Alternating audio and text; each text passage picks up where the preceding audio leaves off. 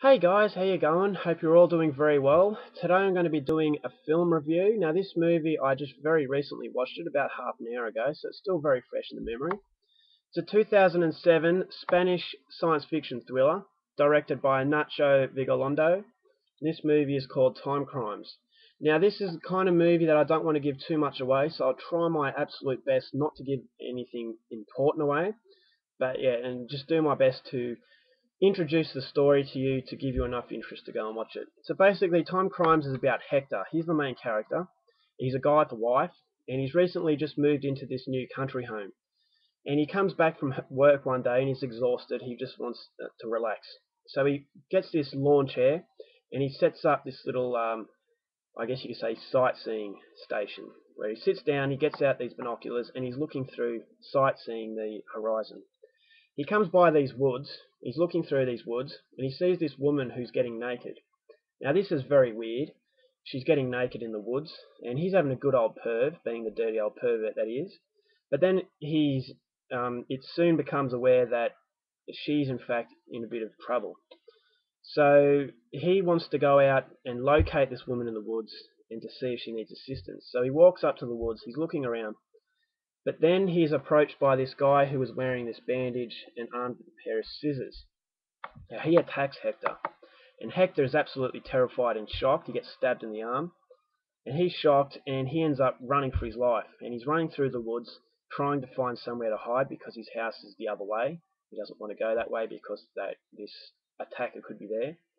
He ends up spotting this place near the woods, and it's kind of like a research facility. He goes in there, and this is where he meets this guy who is helping him out because Hector knows that this guy in the bandage is following him.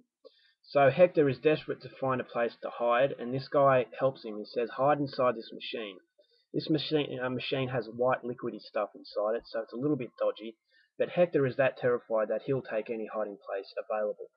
So he goes inside this machine, and when he comes out, he notices that something is very strange. Now, when he went into this machine, nightfall was approaching. But when he comes out of the machine, it's daytime. And the guy who was helping him has no idea who he is once he gets out of the machine. So Hector has no idea what's going on, but then he soon realizes that he is in fact time traveled. Now he's gone back in time. Now he hasn't gone back in time a year or months or weeks or days. He's gone back in time by 1 hour.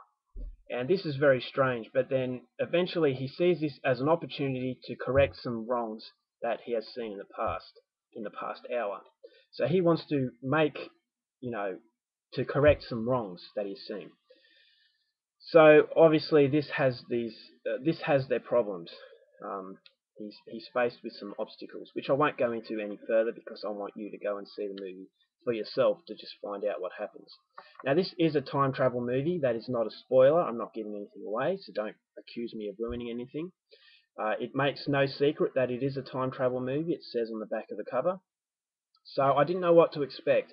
I love Spanish cinema, so I wanted to give this a go, but I don't really like science fiction, although I did like the Back to the Future trilogy. I thought they were really fun.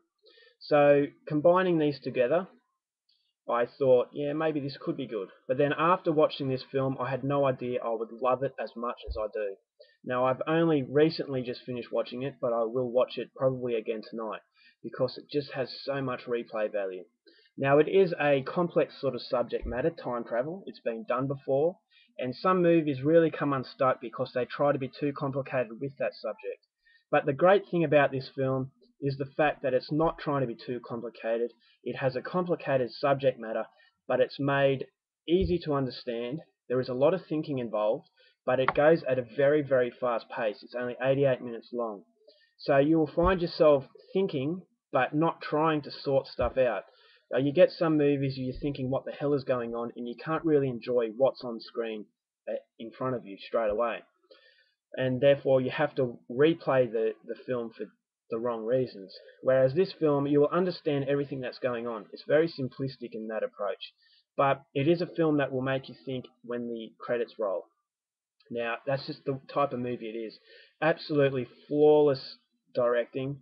Apparently this guy directs a lot of short films. So this is his first feature-length film. I can't wait to see what he's got next. It's a very fun film. It's a very, very mild film. So if you're not into violence, you don't have to worry. This has got next to no violence in it at all. There is a little bit of violence, but it's very mild. So this is a bit in it for everybody. It's not a straight out horror film. I say it's more of a thriller. But it's just a really fun movie, and I found myself enjoying this immensely. At the end of it, I was disappointed that it ended. So you get a lot of films that are too long, and you're thinking, just end, just end. But this one, I wish was 2 hours long. But I thought at the end of the day, it was paced perfectly. If you're left wanting more, then the movie has done its job. It's kept you in your seat. It's kept you on the edge of your seat, and this is what it'll do. It'll keep you on the edge of your seat. It is just a fantastically directed film. The fantastic idea that's done before, but it's just, I'll go and say that this is the best time travel movie that you could possibly see. It's simplistic, but it's intelligent at the same time. It will make you think, and you will go through watching this again and seeing things that you didn't spot the first time. It's a layered sort of film, so that's the type of film you're in for. The acting, I'm not a natural Spanish speaker, so it's not fair for me to give an assessment on how the acting was, because I don't know how naturally the dialogue was coming out. But as far as actions go, I was very pleased. I didn't have any annoying characters. There's not a lot of character development in the film, but it doesn't need character development. It doesn't need you to feel sorry for the characters, although at the end you might start feeling sorry for these characters involved. A little bit of nudity, so yeah, that can never go astray. But overall, just a fantastically made film. I really, really enjoyed this. If you're a fan of the Back to the Future series, and sorry, my bloody nose is itchy. If you're a fan of the Back to the Future series, I highly recommend you go and see this one. You will love this film as well. It is a film that will keep you on the edge of your seat. There's twists in it, but they're not complex, so you won't be left wondering what the hell's going on. You'll be left thinking how the story is going to unfold. It leaves a few stones unturned, a few questions unanswered, so it kind of leaves the viewer to make up your own assumptions and your own sort of theories to it. So a lot of replay value. There is a lot of layers to this film. If you're a fan of Spanish cinema, if you're a fan of time travel cinema, then I highly recommend you go out and see this one. I was very impressed. A very, very good film. Alright guys, that's my review of this great film. I hope you enjoyed it, and I'll see you later. Bye.